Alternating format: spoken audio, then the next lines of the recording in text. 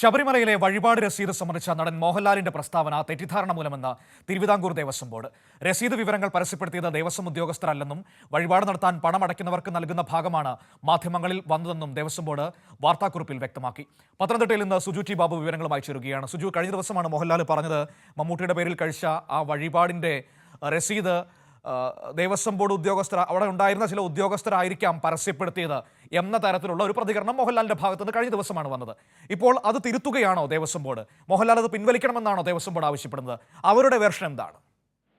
തീർച്ചയായും ദേവസ്വം ബോർഡ് മോഹൻലാലിന്റെ പ്രസ്താവന പിൻവലിക്കണമെന്ന് തന്നെയാണ് ആവശ്യപ്പെടുന്നത്. ദേവസ്വം ബോർഡ് പറയുന്നത് ഈ വഴിപാട് റെസിപ്റ്റിന്റെ പുറത്തു വന്നിരിക്കുന്ന ഭാഗം ഭക്തർക്ക് അല്ലെങ്കിൽ തീർത്ഥാടകർക്ക് കൊടുക്കുന്ന റെസീറ്റിന്റെ ഭാഗമാണ് ഇപ്പോൾ പുറത്തു വന്നിരിക്കുന്നതും അതിനാൽ തന്നെ മോഹൻലാൽ പറയുന്നതിന് അത് പിശകൊണ്ടെന്നാണ് ഈ ദേവസ്വം ബോർഡ് അവകാശപ്പെടുന്നത്.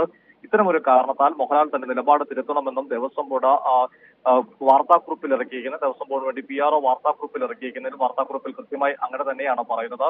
ഇതിൽ മമ്മൂട്ടിക്ക് വേണ്ടി വഴിപാട് കഴിച്ച കാര്യം വലിയ വാർത്തയാവുകയും ചെയ്തിരുന്നു. പിന്നാലെ വന്ന ഒരു അഭിമുഖത്തിലാണ് മോഹൻലാൽ ഇക്കാര്യം രസീത് ദേവസ്വം ബോർഡ് തന്നെയാണ് പുറത്തുവിട്ട് എന്ന് പറഞ്ഞത്. ഇത് ഇപ്പോൾ തിരുത്തിയാണ് ദേവസ്വം ബോർഡ് പറഞ്ഞിരിക്കുന്നത്. ദേവസ്വം ബോർഡ് ഉദ്യോഗസ്ഥരുടെ ഭാഗത്തുനിന്ന് യാതൊരു വീഴ്ചയും ഉണ്ടായിട്ടില്ലെന്നും ഈ വസ്തുതകൾ ബോധ്യപ്പെട്ട് നടന്ന മോഹൻലാൽ പ്രസ്താവന തിരുത്തണമെന്നും തിരുവിതാംകൂർ ദേവസ്വം ബോർഡ് വാർത്താക്കുറിപ്പിലൂടെ ആവശ്യപ്പെടുകയും ചെയ്തു.